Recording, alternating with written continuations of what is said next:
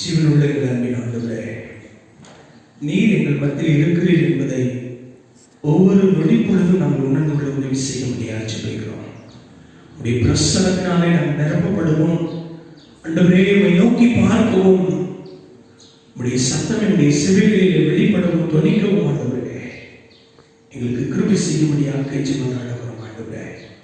எங்க அமர்ந்திருக்கிற எங்கள் அனைவருடைய எதிர் சிந்தனைகளையும் அடியேனுடைய நாவையும் ஆண்டவரே நீ ஆளுகை செய்யும்படியாக நாங்கள் ஜெபிக்கிறோம் ஆண்டவரே.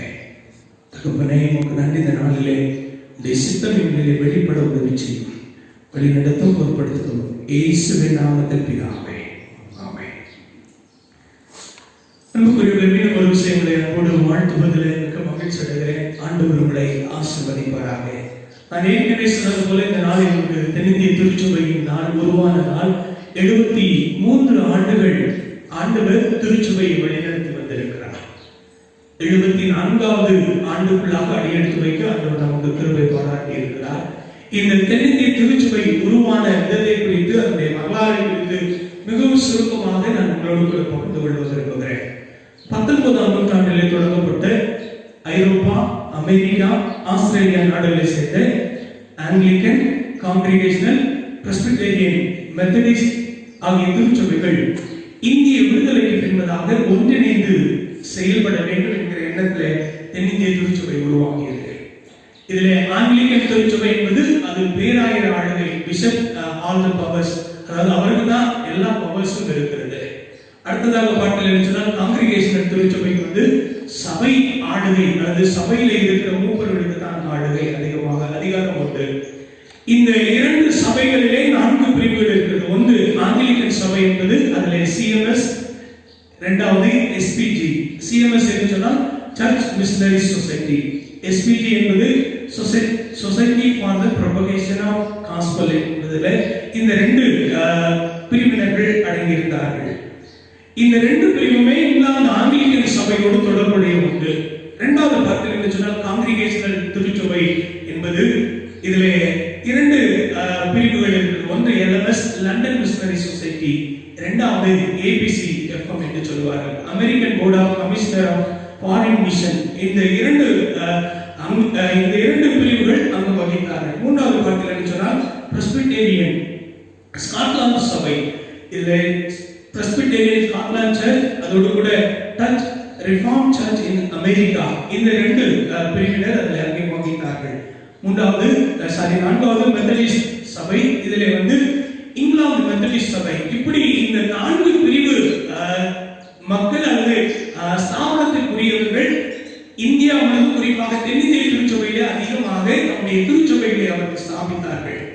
இந்த திருச்சபைகள் 19ஆம் நூற்றாண்டின் ஆரம்பத்தில் நம்முடைய இந்திய தேசம் ஆங்கிலேய அடிமைத்தனத்திலிருந்து விடுதலை பெற வேண்டும் என்கிற சிந்தை, சுதந்திர போராட்டத்துக்கு வழிவகுத்தது. அதே போல இந்த திருச்சபைகளுக்குள்ளும் நாம் இனி மற்றவர்களை, குறிப்பாக அயல்நாட்டவர்களை நாம் சார்ந்து இருக்கக்கூடாது, நாம் தன்னிச்சையாக செயல்பட வேண்டும் என்கிற எண்ணம் அவர்களுக்குள்ளே எழுப்பியது. இந்த எண்ணம் தான் 1947 செப்டம்பர் 27ஆம் தேதி தென்னிந்திய திருச்சபை உருவாவதற்கு காரணமாக அமைந்தது. 1904ஆம் ஆண்டிலே ஒரு கூட்டம் கூட்டப்பட்டது. 1908ஆம் ஆண்டு ஒரு கூட்டம் கூட்டப்பட்டது. 1920ஆம் ஆண்டு இந்த திருச்சபைகள் SIUC என்ற பெயரிலே செயல்பட தொடங்கியது. அதாவது சவுத் இந்தியன் யுனைடெட் சர்ச்சஸ். இங்கே நீங்களும் பார்த்தீங்கன்னா நம்முடைய ஆலய கல்வெட்டிலே கூட SIUC என்று சொல்லப்படுகிற ஒரு பெயர் பொறிக்கப்பட்டிருக்கும். இந்த திருச்சபைகள் தான் 1947 தென்னிந்திய திருச்சபையாக உருவாகி, இந்த தென்னிந்திய திருச்சபையிலே நாம் உறுப்பினர்களாக அங்கம் வகித்துக் கொண்டிருக்கிறோம். இந்த திருச்சபைக்கு தலைவராக கிறிஸ்து இருக்கிறார், நாம் அவருடைய சரீரமாக இருக்கிறோம். இந்த திருச்சபை ஆண்டவர் 73 ஆண்டுகள் நடத்தி கொண்டு வருகிறார்.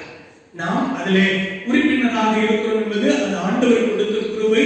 எனவே ஆண்டவருக்கு நாம் நன்றி படைக்க அழைக்கப்படுகிறோம். குறிப்பாக இந்த தென்னிந்திய திருச்சபை உருவாவதற்காக சில திருச்சபை தலைவர்களை ஆண்டவர் பயன்படுத்தினார். திருநெல்வேலி பகுதியிலே இருந்து வந்த அருட்பணி அல்லது அருள் திரு சாமுவேல் அசரியா, பிஎஸ் அசரியா என்று சொல்வார்கள். அவர்தான் தென்னிந்திய இந்திய தேசத்துடைய முதல் பேராயராக அவர்கள் திருநெல்வேலி பகுதியிலிருந்து ஆந்திராவில் நோக்கி ஆண்டவர் அவர்களை மிஷனரியாக அழைத்து சென்றார். இரண்டாவது பார்த்தீங்கன்னு சொன்னால் அருள்திருவை சந்தியாகி என்று சொல்லப்படுகிற ஒரு ஆண்டவருடைய மனிதர். இவர் இந்த கொடைக்கானல் பட்டணத்துக்கு மிகவும் நெருக்கமானவர். காரணம், நாம் வாழ்கின்ற இந்த மாவட்டத்துக்கு சொந்தக்காரர் திண்டுக்கல், குறிப்பாக நிலக்கோட்டை பகுதியிலே அவர் ஆண்டவருடைய பணியை செய்து வந்திருக்கிறார். இந்த சந்தியாகி என்கிற ஆண்டவருடைய மனிதர் கீர்த்தனைகளிலே ஏறக்குறைய 16 கீர்த்தனைகளுக்கு மேலாக அவர் எழுதின பாடல்கள் இந்த நம்முடைய கீர்த்தனை புத்தகத்திலே இருக்கிறது. அது மாத்திரமல்ல, கேட்டி பால் என்று சொல்லப்படுகிற ஒரு ஆண்டவருடைய மனிதரையும் இந்த தென்னிந்திய திருச்சபை உருவாவதற்காக ஆண்டவர் பயன்படுத்தினார். எனவே அவருடைய வாழ்வுக்காக நாம் நன்றி செலுத்த அழைக்கப்படுகிறோம். அதே நேரத்தில் இந்த திருச்சபையை தொடர்ந்து ஆண்டவர் நடத்த வேண்டும், ஆண்டவருடைய ஆளுகையின் கீழாக நாம் இருக்க வேண்டும் என்று சொல்லி நாம் ஜெபிக்க அழைக்கப்படுகிறோம். ஆண்டவர் நம்மை ஆசீர்வதிப்பாராக. அன்புக்குரியவர்களே, நான் ஏற்கனவே சொன்ன இந்த நாள் என்பது இது ஒரு முதியோர் ஞாயிறு, சீனியர் சிட்டிசன் சண்டே. இந்த நாளிலே கொடுக்கப்பட்டிருக்கிற தலைப்பு முதியோர்களின் பயனுள்ள வாழ்வு அல்லது கனி நிறைந்த முதியோர்களின் வாழ்வு. ஆங்கிலத்தில் fruitfulness of the elderly என்று சொல்லி நமக்கு கொடுக்கப்பட்டிருக்கிறது. நாம் நம்முடைய திருச்சபைகளில், குறிப்பாக தென்னிந்திய திருச்சபைகளிலே ஆற்றப்படுகிற அருளுரையின் தலைப்புகளை நீங்கள் சற்று கவனித்து பார்க்கல சொன்னால் நலமாக இருக்கும். காரணம், ஒரு கிறிஸ்தவ மனிதருக்கு அடிப்படை விசுவாசம், அதோடு கூட சமூக பொறுப்பிலே அவர் எப்படி செயல்பட வேண்டும் என்பதற்கு இந்த தலைப்புகள் நமக்கு கொடுக்கப்படுகிறது. நாம் கிறிஸ்தவராக இருக்கிறோம், இந்த சமூகத்துக்கு நாம் பொறுப்புள்ளவர்களாக வாழ வேண்டும் என்று சொல்லி ஆண்டவர் எதிர்பார்க்கிறார். இந்த சமூகத்திலே நாம் தாக்கத்தை ஏற்படுத்துகின்றவர்களாக வாழ வேண்டும் என்று சொல்லி ஆண்டவர் உங்களையும் என்னையும் கிறிஸ்தவ ஓட்டத்தில் அல்லது கிறிஸ்தவ விசுவாசத்தை நம்மை தெரிந்தெடுத்திருக்கிறார். எனவே இந்த தலைப்புகளின் படியாக இந்த நாளிலே நாம் முதியோர்களை குறித்து சிந்திக்க அழைக்கப்படுகிறோம். அன்புக்குரியவர்களே, இன்றைக்கு நாம் வாழ்கின்ற இந்த சமூகம் பல பிரிவு மக்களை கொண்டது. குறிப்பாக சிறார்கள், வாலிபர், பெற்றோர், வயதான பெற்றோர் என்று சொல்லி இந்த 4 மக்களுமே, குறிப்பாக முதல் 3 பிரிவினர் 4வது வழித்தோன்றல்கள் என்பதை நாம் அறிந்து கொள்ள, அவர்களை மரியாதை செய்ய அழைக்கப்படுகிறோம்.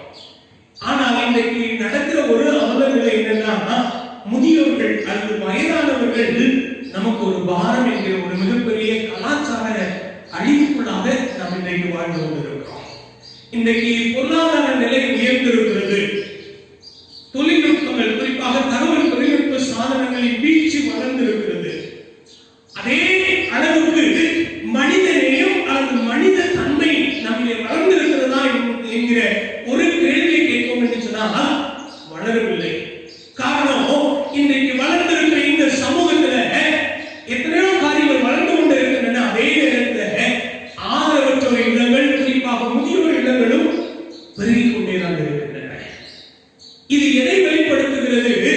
நாம் நம்மை வழிநடத்தி வந்த அல்லது நாம் இந்த உலகத்தை வாழ்வதற்கு காரணமான முதியோர்களை பாரமாக அவர்களை பயன்படுத்தி தூக்கி எறி என்கிற ஒரு கலாச்சார அழிவு அல்லது இழிவான கலாச்சாரத்துக்குள்ளே நாம் வாழ்ந்து கொண்டிருக்கிறோம். இந்த கலாச்சாரம் அதைத்தான் சொல்லுகிறது. எது நமக்கு தேவையோ அதை பயன்படுத்து, எது நமக்கு தேவையில்லையோ அதை தூக்கி எறிந்து விடு என்கிற ஒரு மிகப்பெரிய ஒரு இழிவான கலாச்சாரத்துக்குள்ளாக நாம் வாழ்ந்து கொண்டிருக்கிறோம். ஆனால் திருமறையிலே முதியவர்களுக்கு மதிப்பு அளிக்கவும் அவர்களை போற்றவும் இந்த நாளினுடைய தலைப்பு நம்மை அழைக்கின்றது. முதுமை என்பது அல்லது வயது முதிர்ந்தோர் என்பது அது ஆண்டவர் அருளும் ஆசீர்வாதங்களிலே ஒன்று என்றுதான் திருமறை சொல்லுகிறது. ஆண்டவர்களை அழைக்கப்பட்டு ஆசீர்வதிக்கப்பட்ட பலரும் நம்முடைய பூரண வயதை கடந்தவர்களாக இந்த உலக வாழ்க்கையை விட்டு அவர்கள் கடந்து சென்றிருக்கிறார்கள். குறிப்பாக பார்க்கலாம், ஆபிரகாமை ஆண்டவர் அழைக்கும் பொழுது ஆண்டவர் கொடுத்த ஒரு ஆசீர்வாதங்களில் ஒன்று என்னன்னு சொன்னால், ஆதியாகமம் 15ஆம் அதிகாரம் 15வது வசனம் விதமாய் சொல்லுகிறது, நீ சமாதானத்தோடு உன் பிதாக்களிடத்தில் சேருவாய், நல்ல முதிர் வயதிலே அடக்கம் பண்ணப்படுவாய் என்று சொல்லி ஆண்டவர் சொல்லுகிறார்.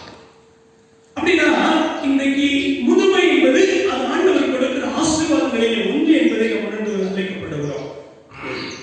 அது மாத்திரமல்ல, யாக்கோபு 147 ஆண்டுகள் வாழ்ந்தார் என்று சொல்லி ஆதியாகமம் 47ஆம் அதிகாரம் 28வது வசனத்தை பார்க்கலாம். யோசேப்பு 110 ஆண்டுகள் வாழ்ந்தார். ஆதியாகமம் 50ஆம் அதிகாரம் 26வது வசனத்தை மோசே மரிக்கும் பொழுது அவருக்கு 120 வயது. உபாகமம் 37ஆம் அதிகாரம் 4வது வசனம் சொல்லுகிறது. இதுல மோசே குறித்து சொல்லுகிற ஒரு காரியம், அவர் மரிக்கும் பொழுது அவருடைய கண்கள் இருள் அடையவில்லை, அவருடைய பலன் குன்றி போகவில்லை என்று சொல்லி வசனம் சொல்லுகிறது. அதோடு கூட பலவித சோதனைகளினாலே சோதிக்கப்பட்ட பின்பும் தன்னுடைய விசுவாசத்திலே உறுதியாக இருந்த யோபு 42ஆம் அதிகாரம் 17வது வசனம் சொல்லுகிறது, யோபு நெடுநாள் பூரண வயதுள்ளவராய் மரித்தார் என்று சொல்லி சொல்லப்பட்டிருக்கிறது. 16வது வசனத்தை பார்த்து என்று சொன்னால் இதற்கு பின்பு அல்லது அதற்கு பின்பு 140 ஆண்டுகள் வாழ்ந்தார் என்று சொல்லி அங்கே வசனம் சொல்லுகிறது. அப்படின்னா எவ்வளவு காலம் வாழ்ந்தார் என்று சொல்லி எந்த ஒரு குறிப்பும் கொடுக்கப்படவில்லை யோபு. ஆனால் நெடுநாள் பூரண வயதுள்ளவராய் மரித்தார் என்று சொல்லி சொல்லப்பட்டிருக்கிறது. அன்புக்குரியவர்களே, இந்த முதுமையின் மதிப்பு அல்லது வயது முதிர்ந்தவர்களுடைய மதிப்பு அவர்கள் நீடிய வாழ்க்கை வாழ்வதனாலே வருவதல்ல, அல்லது ஆண்டுகளுடைய எண்ணிக்கை அல்ல.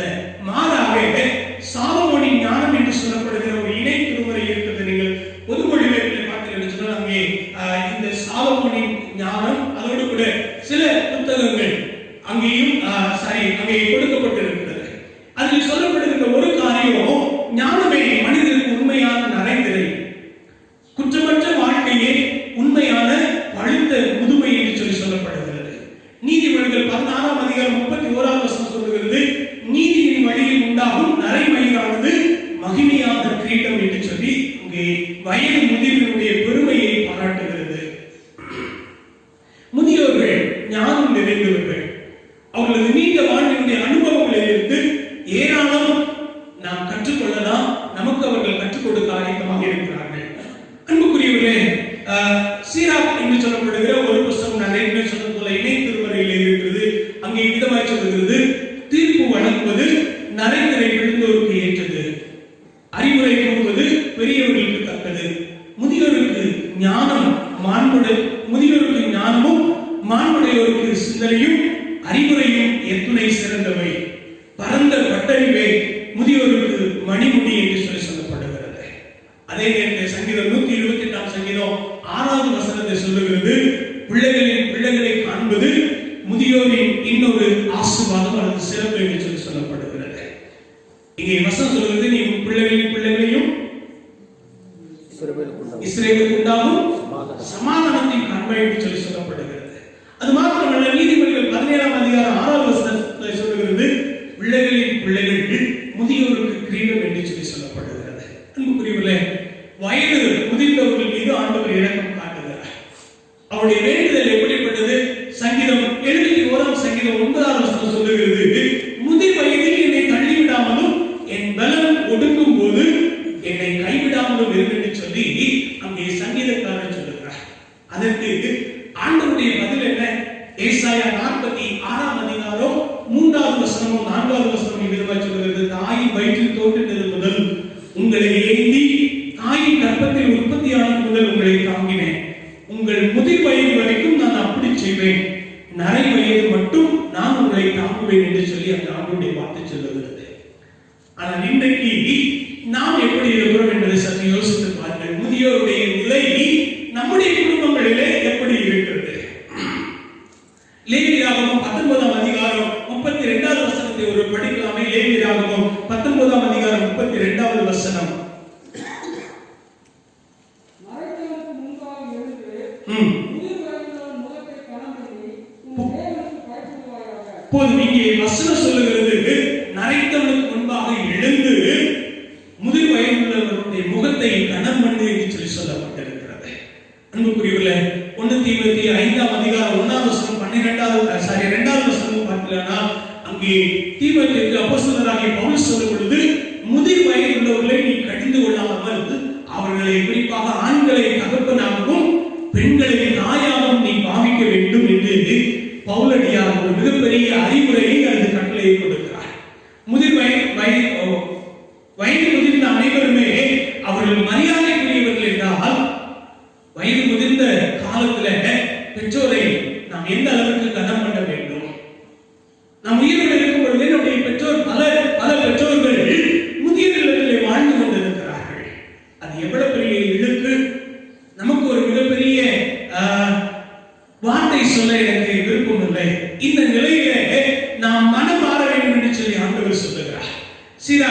ஏற்கனவே சொன்னது போல சீராக்கின் ஞானம் என்று சொல்லப்படுகிறது. 3ஆம் அதிகாரம் 12ஆம் வசனம் சொல்லுகிறது, குழந்தா உன் தந்தையின் முதுமையில் அவருக்கு உதவு, அவரது வாழ்நாள் எல்லாம் அவரது உள்ளத்தை புண்படுத்தாதே என்று சொல்லி வசனம் சொல்லுகிறது. இப்படி பல காரியங்களை நாம் சொல்லிக்கொண்டே போகலாம். 1 தீமோத்தேயு 5ஆம் அதிகாரம் 8ஆம் வசனத்தை சொல்லுகிறது, அப்போஸ்தலனாகிய பவுல் சொல்கிறார், ஒருவர் தன் சொந்த ஜனங்களையும் விசேஷமாக தன் வீட்டாரையும் விசாரியாமல் போனால் அவர் விசுவாசத்தை மறுதலித்தவரும் அவிசுவாசியிலும் கெட்டவருமாய் இருப்பார் என்று சொல்லி வசனம் சொல்கிறது.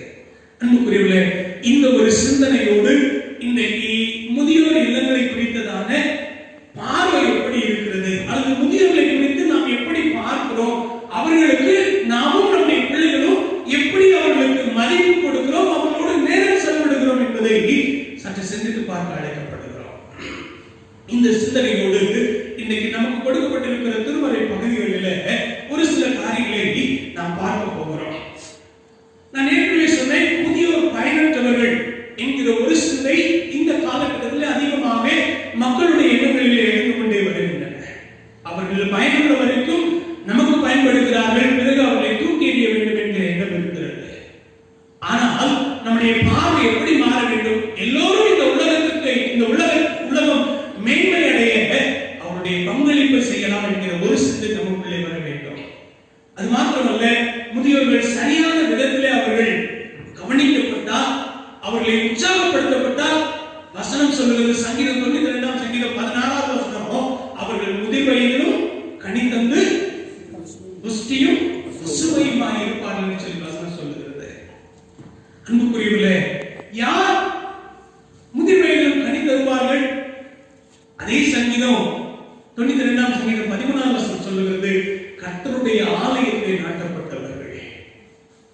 திருமறையிலே பலர் தம்முடைய பூரண வயதுள்ளவர்களாய் மரித்தது குறித்ததான சான்று இருக்கிறது. அதற்கு இன்னொரு காரணம், நம்முடைய வாழ்க்கையை ஆண்டவருக்கு என்று அவர்கள் அர்ப்பணித்ததினாலே, ஆண்டவருக்கு உண்மையாய் ஆண்டவர் தங்களை அழைத்த நோக்கத்தை உணர்ந்தவர்களாய் அந்த நோக்கம் செயல்பட, அந்த நோக்கம் நிறைவேற தங்களை ஒப்புக் கொடுக்கும் மக்களுடைய வாழ்க்கையினுடைய சான்றுகள் இன்றைக்கும் நாம் படித்துக் கொண்டே இருக்கிறோம். அதே போல நாமும் வாழ வேண்டும் என்று சொன்னால், ஆண்டவருக்கு அல்லது ஆண்டவருடைய நோக்கத்திற்கு நம்மை முழுமையாய் அர்ப்பணித்து செயல்பட ஆண்டவர் நம்மை அழைக்கிறார். லூக்கா 2ஆம் அதிகாரம் 37ஆவது வசனத்தை அங்கே ஒரு பெண்மணியை பார்க்கலாம். 84 வயது பெண்மணி. அவரை குறித்து வேதம் சொல்லுகிறது, தேவ ஆலயத்தை விட்டு நீங்காமல் இரவும் பகலும் உபவாசித்து ஜெபம் பண்ணி ஆராதனை செய்து கொண்டிருந்தார் என்று சொல்லி அங்கே அன்னாளை குறித்து சொல்லப்பட்டிருக்கிறது. 84 வயதுல இன்றைக்கு முதியோர்களை நாம் எப்படி நடத்துகிறோம்? அது மாத்திரமல்ல, தீத்து 2ஆம் அதிகாரம் 2வது வசனம் 3வது வசனத்தை பார்க்கிறோம். அங்கே முதிர் வயதுள்ளவர்கள் எப்படி தாங்கள் வாழ வேண்டும் என்று சொல்லி அங்கே பவுல் சொல்லுகிறார். அன்புக்குரியவர்களே, நான் ஏற்கனவே சொன்னது போல முதியோர்களை நாம் ஊக்கப்படுத்தினால், அப்போஸ்தலர் 2:17 சொல்லப்பட்டது போல, உங்கள் மூப்பர் சொப்பனங்களை காண்பார்கள். நம்முடைய வீட்டில் இருக்கிற வயதானவர்களை அவர்களை கடந்த காலத்தை விட்டுவிடுகின்றவர்களாக அல்ல, நிகழ்காலத்தை அவர்களை நம்மோடு கூட இணைத்துக் கொண்டு எதிர்கால கனவுகளை அவர்கள் காண்பதற்கு நம்மை ஒரு கருவியாக பயன்படுத்த வேண்டும் என்று சொல்லி ஆண்டவர் விரும்புகிறார். அதற்கு நாம் ஆயத்தமாக இருக்கிறோமா? யோசித்து பாருங்கள்.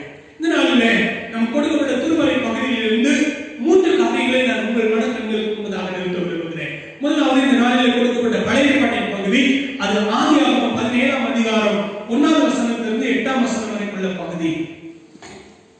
ஆதியாகமம் 17ஆம் அதிகாரம் 1வது வசனத்திலிருந்து 8ஆம் வசனம் வரைக்குள்ள பகுதி. இந்த பகுதியிலே ஆபிரகாமுடைய வயது சொல்லப்பட்டிருக்கிறது. 99 வயதான காலத்திலே, அது அந்த சூழ்நிலையிலே ஆண்டவர் ஆபிரகாமோடு கூட பேசுகிறார். இந்த நிகழ்விலே 3 காரியங்கள் எதிர்பார்க்கப்படுகிறது. ஒன்று, ஆண்டவர் சொல்லுகிற ஒரு காரியம் 1வது வசனத்துடைய கடைசி பகுதி, நீ எனக்கு முன்பதாக உத்தமனாயிரு, பி blameless என்று சொல்லுகிறார். 2வது காரியம் என்ன சொன்னால், உடன்படிக்கையின் உறவிலே அந்த உடன்படிக்கைக்கு உடன்படி என்று சொல்லுகிறார். 3வது பாட்டில் என்ன சொன்னால், என்னோடு கூட உள்ள உறவிலே நீ நிலைத்திருக்க வேண்டும்.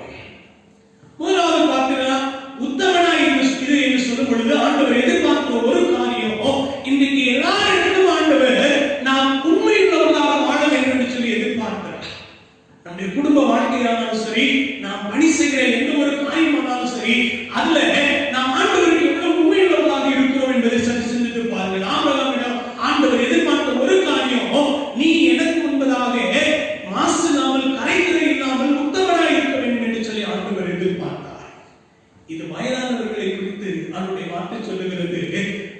வயதான காலத்துல குறிப்பாக நம்முடைய குடும்பங்களிலே வாழுகின்ற பெரியவர்களிடமிருந்து இந்த உண்மை தன்மையை ஆண்டவருக்கு எப்படி உண்மை தன்மையா இருக்க வேண்டும் என்பதை நாம் கற்றுக்கொள்ள வேண்டும், அல்லது பெரியவர்கள் நமக்கு கற்றுக் கொடுக்க வேண்டும் என்று சொல்லி வசனம் சொல்லுகிறது. அன்புக்குரியவர்களே, நாம் நம்முடைய வாழ்க்கையில, விசுவாச வாழ்க்கையில யோசித்து பாருங்க. பல நேரங்களில நான் நினைக்கிற ஒரு காரியம், இந்த 3ஆம் நாள் பிரேயர் அல்லது 14ஆம் நாள் பிரேயர்ல பாத்தீங்கன்னா பல நேரங்களில் உண்மையை பேச முடியுமா? யோசித்து பாருங்களேன். அவங்க வாழ்ந்த வாழ்க்கை ஒரு விதமா இருக்கும், ஆனா அவங்களை குறித்து சொல்ல வேண்டிய ஒரு காரியம், இவர் ஒரு நல்ல ஒரு விசுவாசி.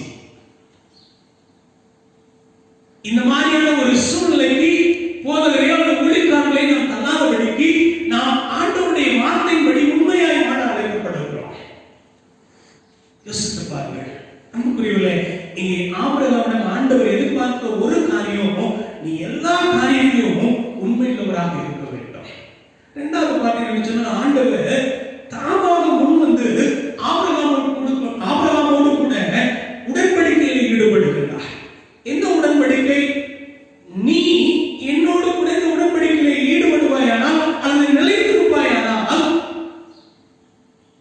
நான் உன்னை ஆசீர்வதிப்பேன், உன் வழியால் இந்த பூமி ஆசீர்வதிக்கப்படும். இதுதான் உடன்படிக்கை. அந்த உடன்படிக்கைக்கு நீ உண்மையுள்ளவராக இருக்க வேண்டும் என்று சொல்லி அங்கே ஆண்டவர் சொல்லுகிறார். 4வது வசனத்தை பார்த்தீங்கன்னு சொன்னால், 3வது வசனத்துல அங்கே ஆபிரகாமுக்கும் ஆண்டவருக்கும் உள்ள உறவை நீங்கள் பார்க்கலாம். என்ன உறவு? ஆபிரகாம் ஆண்டவரை பணிந்து வணங்கும் பொழுது ஆண்டவர் அவரோடு கூட பேசுகிறார். இன்றைக்கு நம்முடைய ஆராதனை முறை எப்படி இருக்கிறது?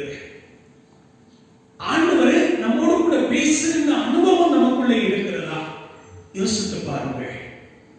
ஆபிரகாமுடைய வாழ்க்கையில் ஆண்டவர் எதிர்பார்த்த காரியம் உண்மையா இருக்கு. உடன்படிக்கைக்கு உடன்படு. 3வது உறவிலே நிலைக்கிறது. இந்த உறவிலே நிலைத்திருக்கும் பொழுது என்ன நடக்கும்? 7வது வசனம் 8வது வசனம் சொல்லுகிறது, நான் உன்னை ஆசீர்வதிப்பேன், உன் வழியாய் இந்த பூமி முழுவதும் ஆசீர்வதிக்கப்படும். இதை ஆண்டவர் எப்பொழுது சொல்லுகிறார்? ஆபிரகாம் ஒரு வெறுமையான நிலையிலே இருக்கிறார். ஆண்டவர் ஏற்கனவே 75 வயதிலே ஆபிரகாமை அழைக்கிறார். 25 ஆண்டுகள் ஆண்டவருக்கு உண்மையாக இருக்கிறார். ஆனால் ஆபிரகாமுடைய வாழ்க்கையில் காணப்பட்ட ஒரு காரியம், தனக்கு ஒரு குழந்தை இல்லாத ஒரு சூழ்நிலை. ஆனால் இங்கே இந்த நிலையில ஆண்டவர் சொல்கிறார், நான் உன்னை ஆசீர்வதிப்பேன், உன் சந்ததி உன் வழியாக ஆசீர்வதிக்கப்படும் என்று சொல்கிறார். யோசித்து பாருங்களேன். ஆண்டவர் மீது விசுவாசம் வைக்க ஆபிரகாமுக்கு பலவிதமான வாய்ப்புகள் கொடுக்கப்பட்டது. அந்த வாய்ப்புகளிலே ஒரு சில காரியங்கள் ஆபிரகாம் தவறினார். குறிப்பாக ஆகாரோடு இணைந்து இஸ்மவேலை பெற்றெடுத்தது அது ஆண்டவர் குறித்த முன்னேற்பாடு கிடையவில்லை. மாறாக சாராவுடைய தூண்டுதலின் படியாக அப்படி செய்தார். அது ஒரு விசுவாசத்திற்கு ஒரு தவறான ஒரு காரியம். ஆனாலும் ஆண்டவர் அதை ஏற்றுக்கொண்டு ஆபிரகாமை ஆசீர்வதிப்பேன் என்று சொன்னார். பிரியமானவர்களே, இந்த நாளிலே ஆபிரகாமிடம் காணப்பட்ட 3 காரியங்கள். ஒன்று, ஆண்டவர் எதிர்பார்த்த காரியம். ஒன்று, நீ எப்பொழுதும் எனக்கு உண்மையாக இருக்க வேண்டும், உத்தமனாக இருக்க வேண்டும். 2வது, என்னுடைய உடன்படிக்கைக்கு நீ உடன்பட வேண்டும்.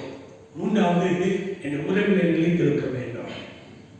இந்த 3 காரியங்களையும் நாமும் நம்முடைய வீட்டில் இருக்கிற பெரியவர்களும் அல்லது சிறியவர்களும் நம்மிடமிருந்து கற்றுக்கொள்வதற்கு நாம் ஒரு கருவியாக வாழ வேண்டும், அல்லது திகழ வேண்டும் என்று சொல்லி ஆண்டவர் விரும்புகிறார்.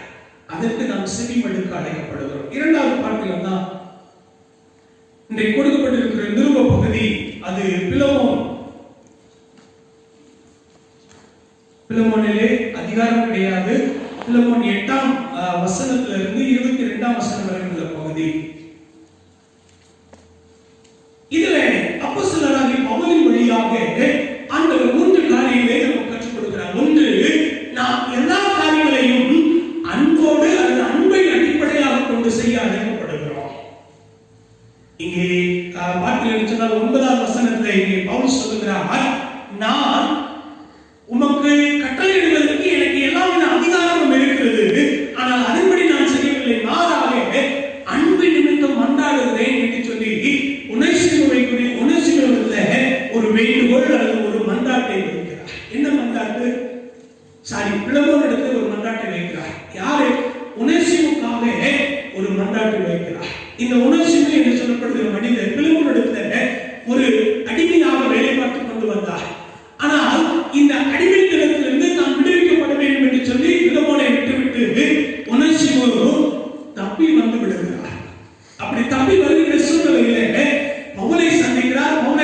எடுத்து ஆண்டவருக்குள்ளே என்னுடைய வாழ்க்கையை ஒப்புக் கொண்டிருக்கிறார். அப்ப இந்த சூழ்நிலையில ஒனேசிமை பிலமோன் ஏற்றுக்கொள்ள வேண்டும் என்று சொல்லி அவர் ஒரு கடிதத்தை எழுதுகிறார். அதுதான் இந்த பிலமோனுக்கு எழுதின நிருபம்.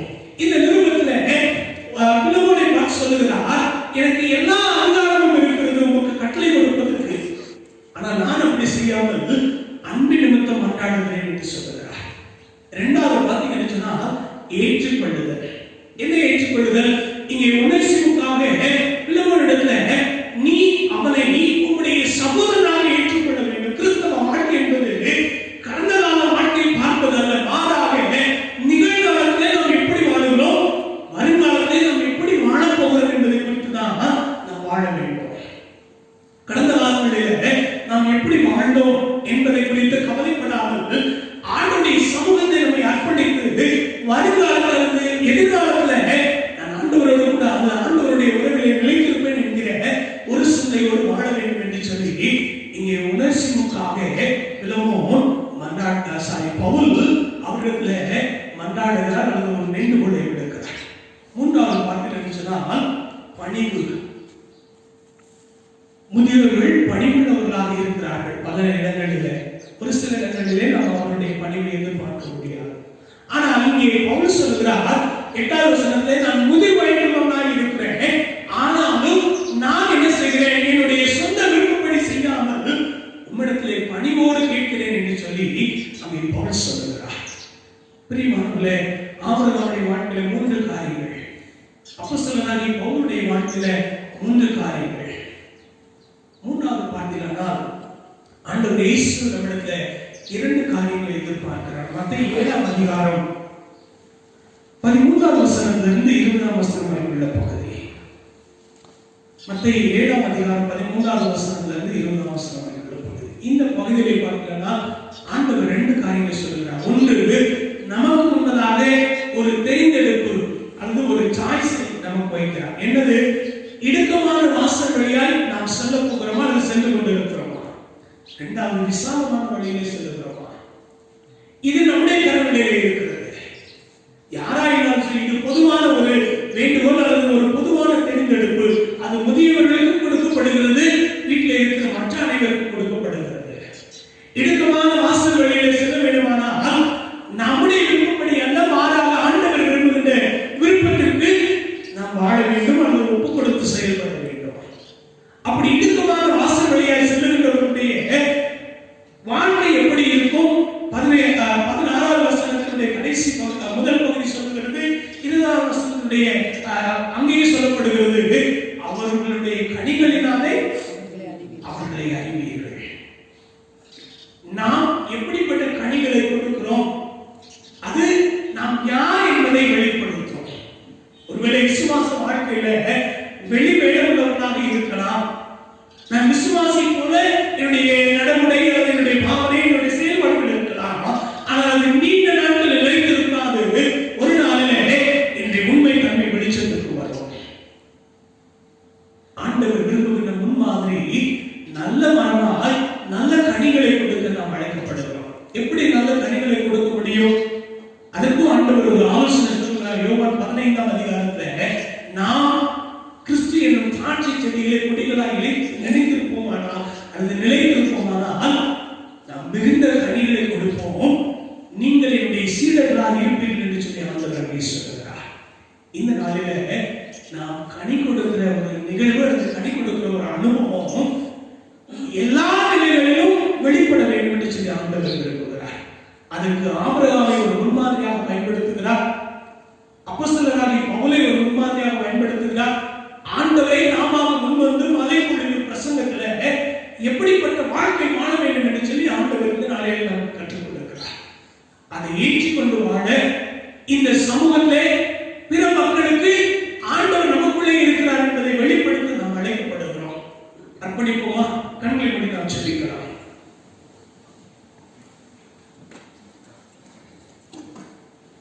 இன்றைக்கு நம்முடைய குடும்பங்களில் இருக்கிற பெரியவர்கள், வயது முதிர்ந்தவர்களை நாம் எப்படி நடத்துகிறோம்? அவர்கள் நம்மிடம் என்ன எதிர்பார்க்கிறார்கள்? அப்படி எதிர்பார்ப்பை நாம் நிறைவு செய்கிறோமா? அவர்களிடமிருந்து நாம் பெற்றுக்கொண்ட ஆசீர்வாதங்கள், அதற்கு இப்பொழுது உண்மையோடு இருக்கிறோமா?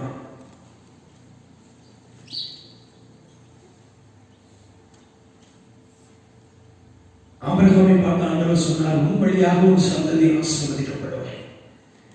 இன்றைக்கு நாமும் நம்முடைய குடும்பமும் ஆசீர்வதிக்கப்பட்டிருப்பதற்கு ஒரு காரணம், நம்முடைய வீட்டில் இருக்க அல்லது நம்மை விட்டு கடந்து சென்ற நம்முடைய முன்னோர்கள், முதியவர்கள், பெரியோர்,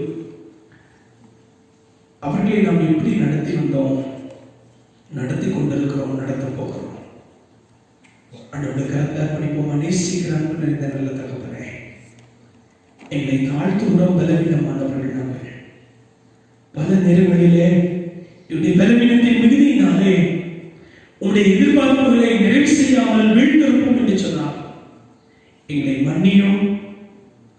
இனி வருகின்ற நாட்களிலே உங்களுடைய எதிர்பார்ப்புகளை நிறைவு செய்யாமலே நீ தருகின்ற பலத்தோடு நாங்கள் வாழ எங்களுக்கு உதவி செய்யும்படியாக சொல்கிறோம். எங்களை தாழ்த்தி அர்ப்பணிக்கிறோம், ஏற்றுக்கொள்ளும். இயேசுவின் நாமத்தில் பிதாவே.